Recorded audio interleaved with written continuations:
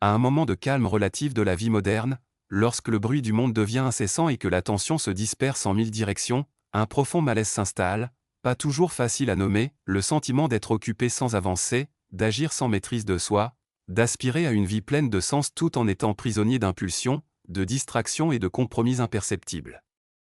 Ce combat est universel et intemporel, il n'appartient à aucune génération ni à aucune culture, c'est le même combat mené par les empereurs romains, les athlètes olympiques, les moines, les artistes, les dirigeants et les citoyens ordinaires à travers l'histoire, la lutte pour la maîtrise de soi. C'est sur ce terrain que Discipline is Destiny de Ryan Holiday prend toute sa force, non pas comme un manuel de productivité ou un recueil d'habitudes efficaces, mais comme une œuvre philosophique qui nous rappelle une vérité dérangeante et pourtant essentielle, le destin n'est ni un accident ni un héritage. Il est une conséquence. À une époque qui glorifie la motivation éphémère, la gratification instantanée et l'expression sans limite, ce livre se dresse comme une voie ferme et sereine, nous invitant à l'introspection et à accepter que la véritable liberté ne découle pas de la satisfaction de tous nos désirs, mais de notre capacité à les maîtriser. Holiday s'inspire de la tradition stoïcienne, mais son message n'est ni ancien ni abstrait, il est profondément pertinent, presque urgent, car le monde contemporain a perfectionné l'art de nous affaiblir à notre insu, érodant notre concentration, notre patience et notre caractère. La discipline, telle que présentée ici, n'est ni punition ni rigidité, mais une forme exigeante d'amour-propre, un cadre intérieur qui nous permet de mener une vie pleine de sens malgré les fluctuations émotionnelles et les contraintes de l'existence. Ce livre est essentiel aujourd'hui, car le coût de l'indiscipline n'est plus seulement personnel, mais collectif, des dirigeants sans maîtrise de soi, des sociétés impulsives, des décisions prises sous le coup de la réaction plutôt que de la réflexion. Face à ce panorama, cet ouvrage propose un retour à l'essentiel, aux questions qui façonnent véritablement une existence, qui dirige cette vie? Impulsion passagère ou principe choisi? Plaisir immédiat ou vision à long terme? Tout au long de son ouvrage, Holiday nous rappelle que les grands destins ne se forgent pas par des talents exceptionnels, mais par des habitudes ancrées, non par une inspiration constante, mais par une constance quotidienne. La discipline apparaît comme le fil invisible qui relie le corps à l'esprit, l'intention à l'action, le caractère au résultat final. Cette introduction ne propose pas un récit complaisant ou complaisant, mais une invitation exigeante et profondément humaine, à accepter que la grandeur, sous toutes ses formes éthiques, professionnelles, financières ou spirituelles requiert renoncement, patience et effort conscient. Dans un monde qui promet des raccourcis, cet ouvrage insiste sur la voie de la persévérance, dans une culture qui célèbre la spontanéité, il défend la préparation, et à une époque qui confond liberté et absence de limites, il nous rappelle que seuls ceux qui se maîtrisent peuvent aspirer à maîtriser leur destin. Dans La discipline et le destin, la maîtrise de soi apparaît comme la pierre angulaire de tout destin digne de ce nom, non comme une idée abstraite, mais comme une pratique quotidienne, silencieuse et exigeante qui distingue ceux qui réagissent de ceux qui choisissent. Pour Ryan Holiday, la vie ne se joue pas en grands moments épiques, mais dans de petits actes répétés, accomplis à l'abri des regards. À travers l'histoire, nous rappelle le livre, ceux qui ont marqué leur époque n'étaient pas forcément les plus brillants ou les plus chanceux, mais ceux qui savaient maîtriser leurs impulsions avant de prétendre au pouvoir, des empereurs qui ont résisté à la tentation de l'excès, des généraux qui ont dompté la peur, des philosophes qui ont choisi la tempérance au milieu du chaos où tous ont compris que sans maîtrise de soi, le talent devient une menace et le pouvoir une ruine. La maîtrise personnelle n'est pas présentée ici comme une forme de répression, mais comme une profonde libération, la capacité de dire non quand tout nous invite à dire oui, de rester ferme quand l'émotion exige de céder, de différer le plaisir pour préserver notre raison d'être. Dans un monde moderne conçu pour stimuler sans cesse le désir et affaiblir la volonté, cette idée acquiert une pertinence presque subversive, car elle implique de reconquérir sa souveraineté sur l'attention, le corps et l'esprit aux trois domaines actuellement en perpétuelle lutte. Holiday affirme que ceux qui ne maîtrisent pas leur temps finissent par être maîtrisés par lui, et que ceux qui ne régulent pas leurs impulsions finissent par payer un prix toujours supérieur aux bénéfices immédiats. Il ne s'agit pas de moralisme, mais de cause à effet, de comprendre que chaque concession invisible façonne un caractère qui, plus tard, influence les décisions visibles. La maîtrise de soi exige une honnêteté parfois dérangeante, le courage de reconnaître ses propres faiblesses sans les justifier, d'accepter que l'ennemi le plus tenace n'est pas extérieur mais intérieur, et qu'aucune circonstance, aussi injuste soit-elle, ne peut contraindre à une réaction indigne si l'on est préparé intérieurement. Dans la perspective stoïcienne qui imprègne l'ouvrage, l'autodiscipline ne dépend ni de l'humeur ni de l'inspiration, car toutes deux sont éphémères. Cela dépend des systèmes, des routines et des engagements pris à l'avance, lorsque l'esprit est clair et non submergé par l'émotion du moment. Le corps occupe une place centrale dans cette leçon, non comme un objet esthétique, mais comme un instrument moral, car ceux qui ne maîtrisent pas leurs habitudes physiques auront bien du mal à maîtriser leurs habitudes mentales, la fatigue excessive, les excès constants et la négligence corporelle érodent la volonté progressivement mais inexorablement. Cependant, le message va au-delà de l'effort physique, il s'agit de développer la capacité d'endurer, de persévérer, de ne pas fuir lorsque le processus devient monotone ou pénible, car c'est là que la plupart abandonnent et que quelques-uns se distinguent. Holliday montre que la maîtrise de soi ne se manifeste pas par des gestes spectaculaires, mais par des choix en apparence anodins, se lever quand il serait plus facile de rester assis, écouter quand l'ego réclame la parole, agir selon ses principes même en l'absence de témoins. En ce sens, la discipline devient une forme d'identité, non une technique, car chaque acte d'autocontrôle renforce un puissant récit intérieur, celui de quelqu'un qui se respecte suffisamment pour ne pas se trahir par commodité. Le destin, sous cet angle, cesse d'être une force mystérieuse et devient une accumulation de décisions cohérentes, et l'avenir n'est plus perçu comme une promesse lointaine mais comme une conséquence prévisible. La leçon est aussi claire qu'exigeante, nul ne devient quelqu'un de valeur par hasard, et nul ne mène une vie pleine de sens sans une structure intérieure pour le soutenir lorsque les émotions font défaut. Dans un monde qui confond authenticité et impulsivité, liberté et absence de limites, cette vision propose une redéfinition radicale, être maître de soi-même est la forme la plus élevée de liberté qui soit, et tout destin qui aspire à la grandeur qu'elle soit éthique, professionnelle, financière ou spirituelle, commence par cette victoire silencieuse qui se livre en soi, une victoire qui ne se célèbre pas publiquement mais qui décide, jour après jour, du cours de toute une vie. Dans « La discipline et le destin », le corps cesse d'être un simple véhicule passif ou un objet esthétique pour devenir un outil actif de l'esprit et du caractère, un terrain où la volonté se forge avant d'être mise à l'épreuve par les décisions les plus complexes de la vie. Ryan Holiday présente une vérité dérangeante que la modernité préfère ignorer, un esprit fort ne peut exister dans un corps abandonné. À travers l'histoire, les exemples qui jalonnent le livre montrent que ceux qui aspiraient à l'excellence, philosophes, dirigeants, soldats, artistes comprenaient que la maîtrise de soi commence dans le domaine physique, non par vanité mais par responsabilité, car le corps est le premier espace où la discipline se manifeste et aussi le premier où son absence se révèle. L'entraînement physique, l'importance du repos, l'alimentation consciente et la résistance au confort excessif ne sont pas présentés comme des rituels de performance superficielle, mais comme des pratiques de développement du caractère, des exercices quotidiens d'obéissance à une décision prise au préalable, même lorsque les désirs immédiats poussent dans la direction opposée. Holiday nous rappelle qu'un corps indiscipliné devient rapidement une source constante de distraction, de douleur et de dépendance, érodant la clarté mentale et affaiblissant la capacité à maintenir des engagements à long terme. La fatigue chronique, les excès constants et la négligence physique affectent non seulement la santé, mais engendrent également un état d'esprit réactif et impatient, vulnérable aux impulsions. À l'inverse, un corps entraîné enseigne à l'esprit des leçons qu'aucun livre ne saurait pleinement transmettre, la différence entre l'inconfort et le dommage réel, la valeur de la constance par rapport à l'intensité, l'humilité d'accepter ses limites et la patience de les repousser au fil du temps. Chaque répétition, chaque effort soutenu, chaque matin où l'on choisit le mouvement plutôt que l'inertie devient un message intérieur clair et puissant, celui qui maîtrise son corps maîtrise aussi ses pensées.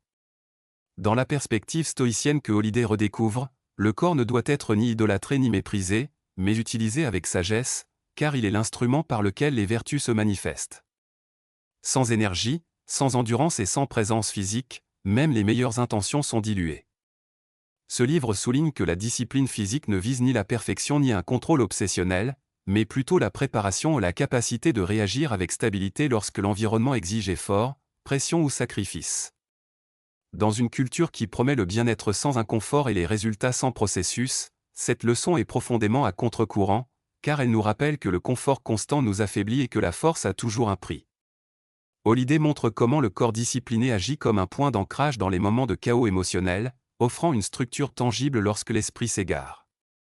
Un entraînement régulier, une routine physique et le respect des rythmes biologiques deviennent des repères stables qui réduisent l'anxiété et accroissent la clarté d'esprit. Il ne s'agit pas d'héroïsme ni de punition, mais de constance. Prendre soin de son corps est une manière concrète d'honorer les plus hautes aspirations, car un esprit épuisé par un corps négligé finit par justifier des décisions médiocres. Le corps nous enseigne aussi l'humilité, nous rappelle nos limites, nous incite à écouter nos signaux et à respecter les processus des qualités essentielles pour quiconque aspire à diriger, créer ou bâtir quelque chose de durable. Holliday insiste sur le fait que l'autodiscipline physique n'est ni une solution miracle ni un simple complément au développement personnel, mais un fondement silencieux qui sous-tend tout le reste. Lorsque le corps et l'esprit sont en harmonie, la volonté se renforce, l'attention se stabilise et la maîtrise des impulsions s'affine.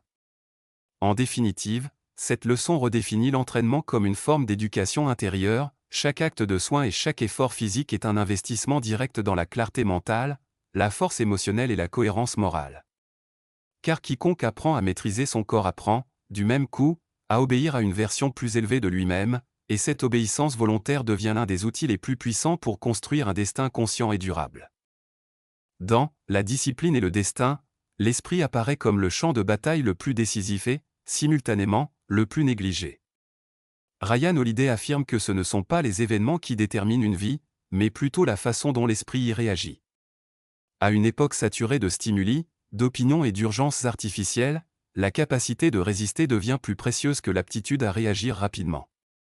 Un esprit entraîné n'est pas celui qui a toujours raison ou qui est insensible, mais celui qui a appris à créer un espace conscient entre l'impulsion et l'action, un espace où résident le jugement, la perspective et le caractère.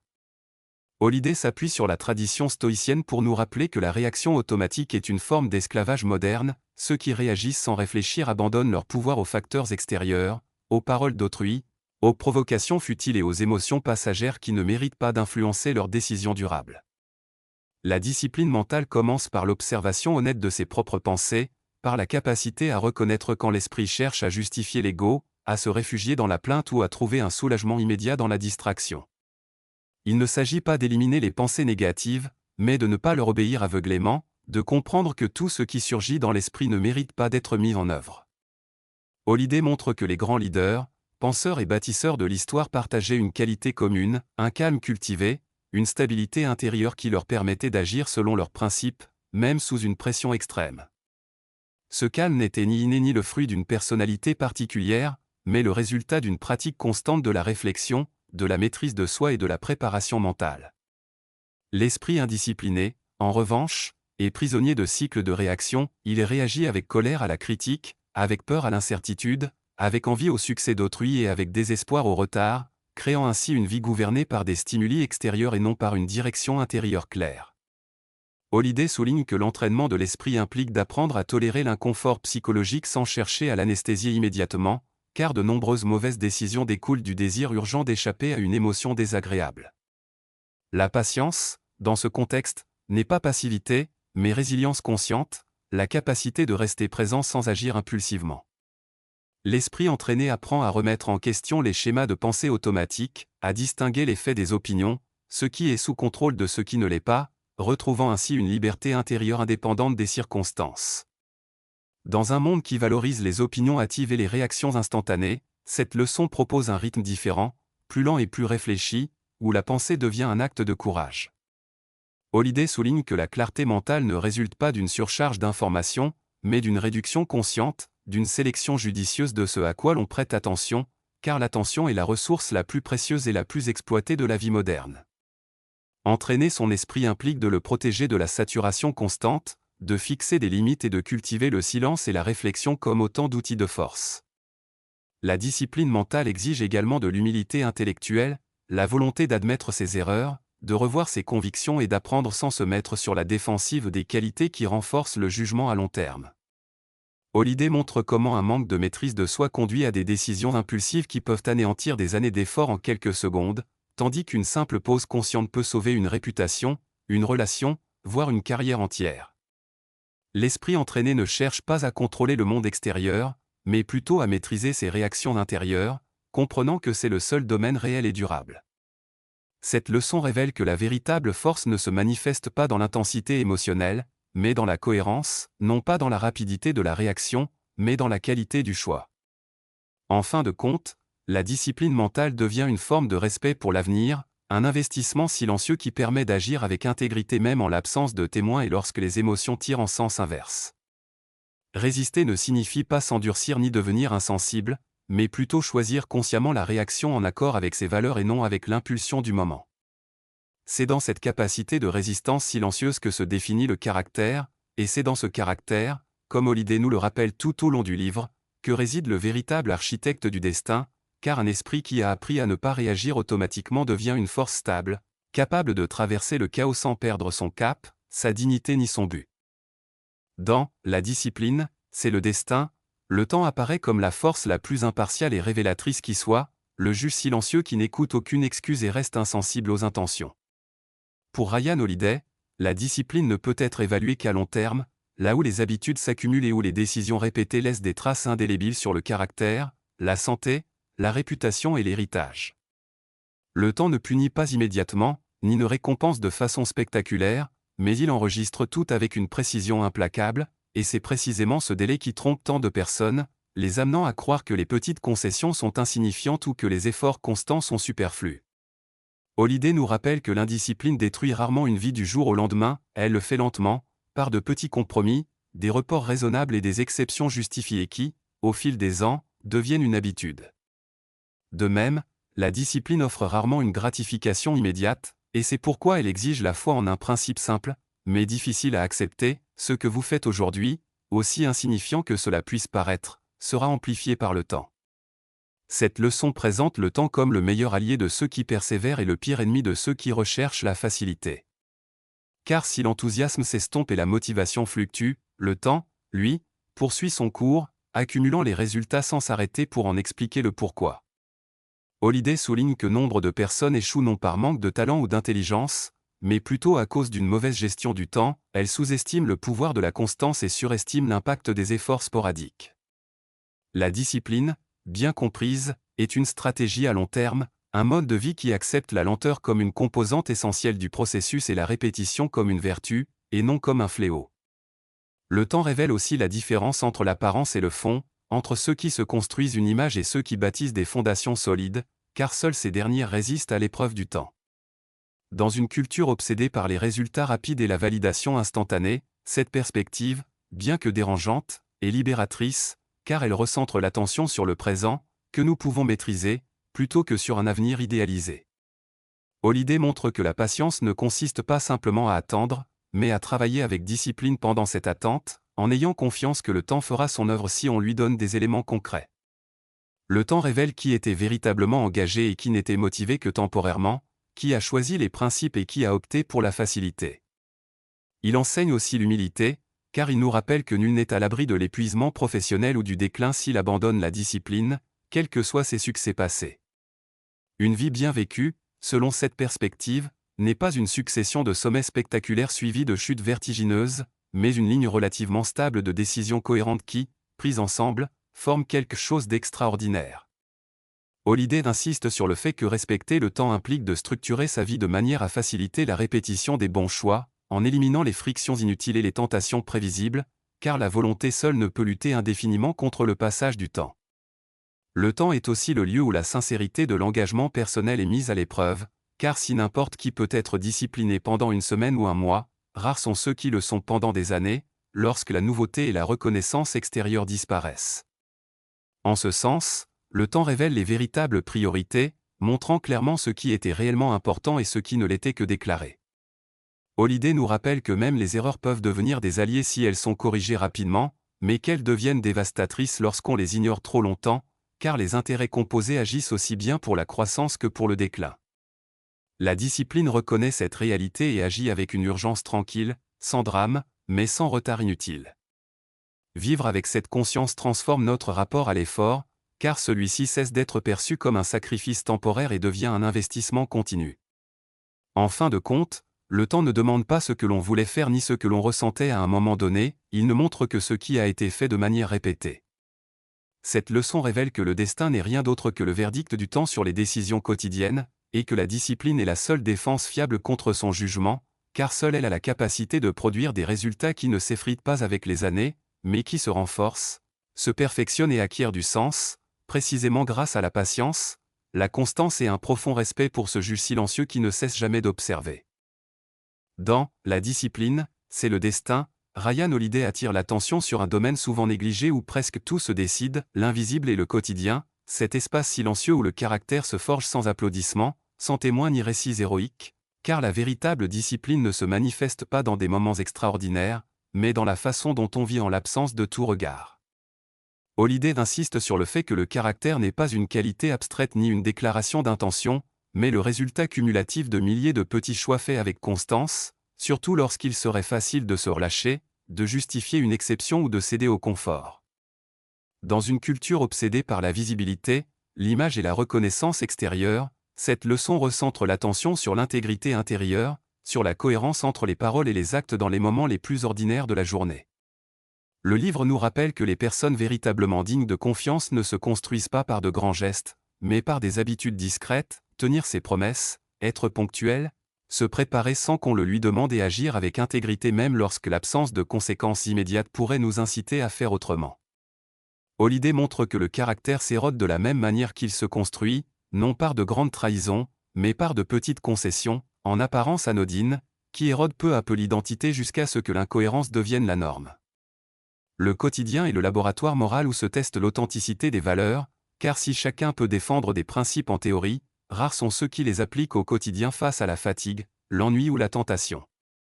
Dans la perspective stoïcienne qui imprègne l'œuvre, le véritable pouvoir réside dans la maîtrise de soi, dans la capacité à maintenir ses propres exigences sans contrôle extérieur. Holliday souligne que les décisions invisibles ont des conséquences visibles à long terme, car elles façonnent la manière dont on réagit sous pression, quand il n'y a plus le temps de réfléchir ni de feindre. Le caractère forgé au quotidien se manifeste par la stabilité émotionnelle, la fiabilité professionnelle et la cohérence éthique, des qualités qui ne s'improvisent pas dans les situations critiques. En ce sens, la discipline agit comme un exercice d'identité, chaque fois que l'on fait le bon choix, même dans les petites choses, un puissant discours intérieur se renforce, celui de quelqu'un qui se respecte et se maîtrise.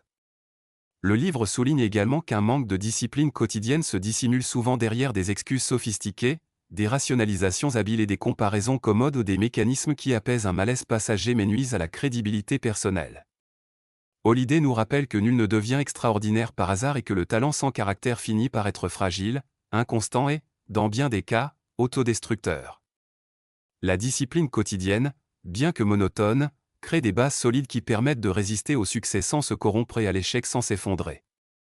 À une époque qui glorifie le talent naturel et l'authenticité spontanée, cette leçon propose une définition plus profonde de l'authenticité, être la même personne en privé qu'en public, agir avec la même éthique, quelles que soient les conséquences visibles. Le caractère, dans cette perspective, devient une forme de discipline émotionnelle, une résistance silencieuse à la tentation de choisir la facilité plutôt que la voie juste. Holliday montre que les grandes chutes commencent souvent par de petites négligences, tandis que les grandes réussites se construisent sur des routines apparemment insignifiantes, maintenues pendant des années. Le quotidien n'est pas un obstacle à la grandeur, mais sa matière première, l'invisible n'est pas superflu, mais essentiel. En fin de compte, cette leçon révèle que la vie ne se définit pas par les moments racontés, mais par ceux qui restent invisibles, et que le caractère authentique est celui qui demeure intact lorsque la pression sociale, la reconnaissance et le regard des autres disparaissent. Dans ce silence quotidien, où l'on choisit sans cesse d'agir avec discipline, se forge la personnalité qui attirera inévitablement certains destins et en rejettera d'autres, car le destin, comme le suggère Holliday, ne répond pas aux aspirations déclarées, mais au caractère véritable manifesté chaque jour, dans l'invisible comme dans le quotidien. Dans La discipline et le destin, le renoncement volontaire est présenté comme l'une des expressions de discipline les plus mal comprisées, simultanément, les plus puissantes. Ryan Holliday soutient que la véritable force ne se manifeste pas toujours dans l'accumulation, mais plutôt dans la capacité consciente de se passer de dire non quand tout nous invite à dire oui, et de choisir moins pour préserver l'essentiel. Dans une culture qui mesure le succès à l'aune de la quantité au plus d'argent, plus de statut, plus de stimulation, plus de choix, cette idée est profondément à contre-courant, presque provocatrice, car elle propose que le véritable pouvoir ne réside pas dans la possession de tout, mais dans le fait de ne pas avoir besoin de tout.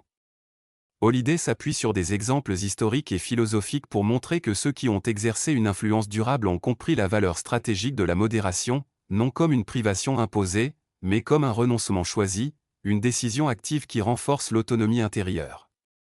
Le renoncement volontaire n'est ni une faiblesse ni un manque d'ambition, c'est la lucidité, la capacité de distinguer ce qui nourrit un but et ce qui ne satisfait que momentanément l'ego. En apprenant à se passer des excès, des distractions et des tentations prévisibles, l'esprit s'allège, le jugement s'affine et l'énergie se concentre. Holliday affirme que chaque « oui » superflu est, en réalité, un « non » caché à quelque chose de plus important, et que la discipline consiste à protéger ce qui compte, même en l'absence de pression extérieure.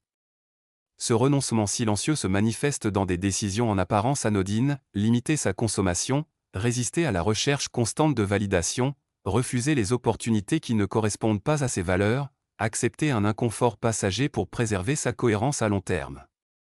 L'ouvrage montre que ceux qui ne cultivent pas cette capacité finissent par être prisonniers d'engagements qu'ils n'ont pas consciemment choisis, accablés de responsabilités, d'habitudes et de dépendances qui diluent leur véritable liberté.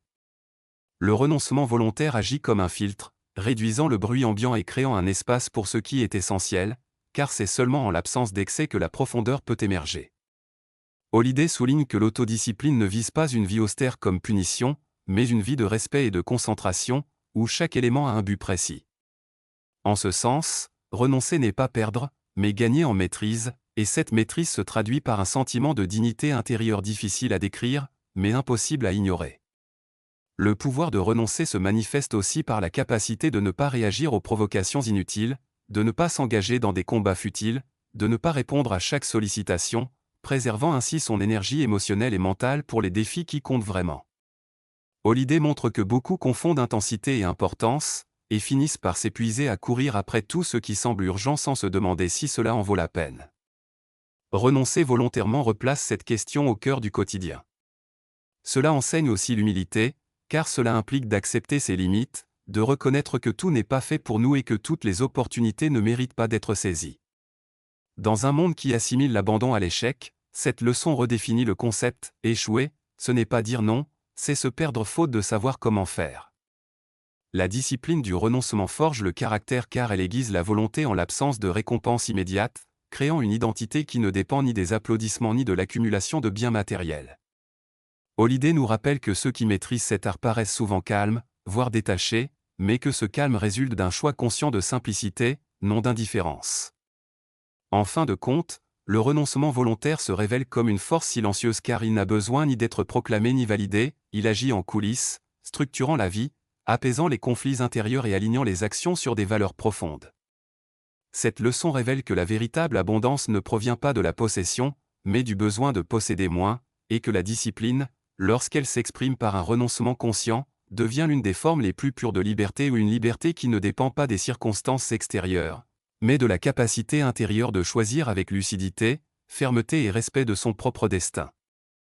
Dans « La discipline et le destin », Ryan Holliday aboutit à une redéfinition complète de la discipline, la dépouillant de l'image de punition, de rigidité ou de privation que la culture contemporaine lui a imposée, pour la révéler dans toute sa splendeur, l'une des formes les plus élevées et les plus durables de la liberté humaine.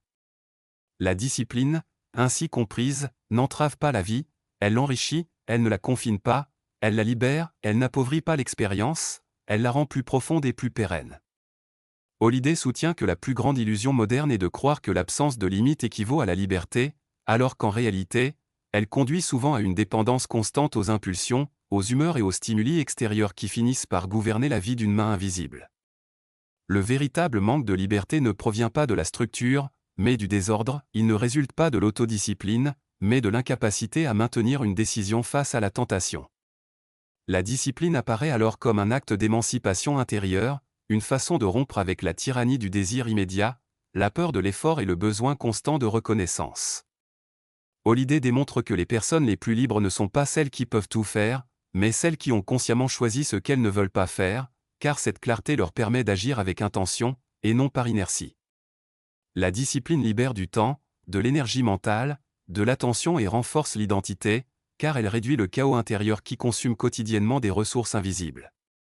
Un emploi du temps discipliné n'emprisonne pas, il crée de l'espace, une routine bien établie n'étouffe pas la créativité, elle la protège, des limites claires ne réduisent pas la spontanéité, elles la rendent plus significative.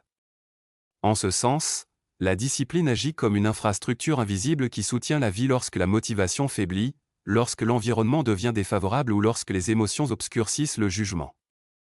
Holliday insiste sur le fait que nul n'est libre s'il ne se fait pas confiance, et la confiance en soi ne naît que de la cohérence entre les décisions prises et les actes accomplis, même en l'absence de témoins. La discipline permet cette constance, transformant l'intention en action répétée et, avec le temps, en identité. L'ouvrage souligne que la maîtrise de soi n'est pas un renoncement permanent au plaisir, mais plutôt une négociation intelligente avec l'avenir, une manière de privilégier des satisfactions plus profondes et durables aux gratifications éphémères qui laissent un vide.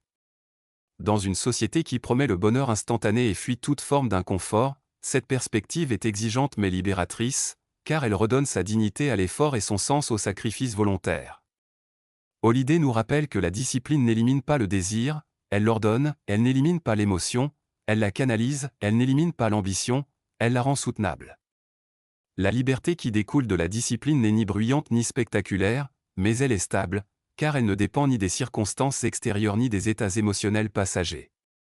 C'est la liberté d'agir selon ses valeurs, de tenir parole, de résister aux pressions inutiles et de garder le cap même lorsque le chemin devient difficile.